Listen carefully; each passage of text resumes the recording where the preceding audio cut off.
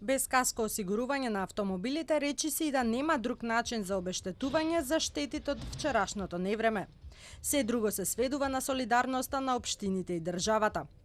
Јавното предпријатие Паркови и зеленило е одговорно и надоместува штети од паднати дрва единствено во случај кога ветерот е со брзина до 60 км на час, но не и за посилно невреме како што беше случај вчера. Кога ветерот е над 60 км на час, тогаш се смета како елементарна непогода и ние не плаќаме оштети.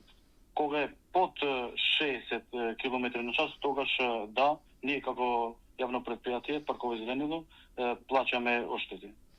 За штетите направени од урнатите покриви е исто така тешко да се најде друг начин за обештетување, бидејќи управителите на станбените објекти немаат надлежност да склучат осигурителна полиса за одговорност кон трети лица, освен ако тоа го сакаат самите станари и управителот да склучи во нивно име.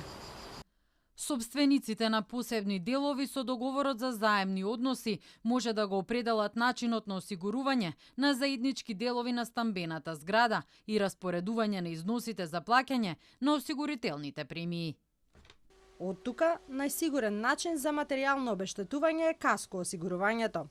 Иако не е задолжително, осигурителите велат дека интересот за овој продукт расте, особено кога станува збор за поновите возила.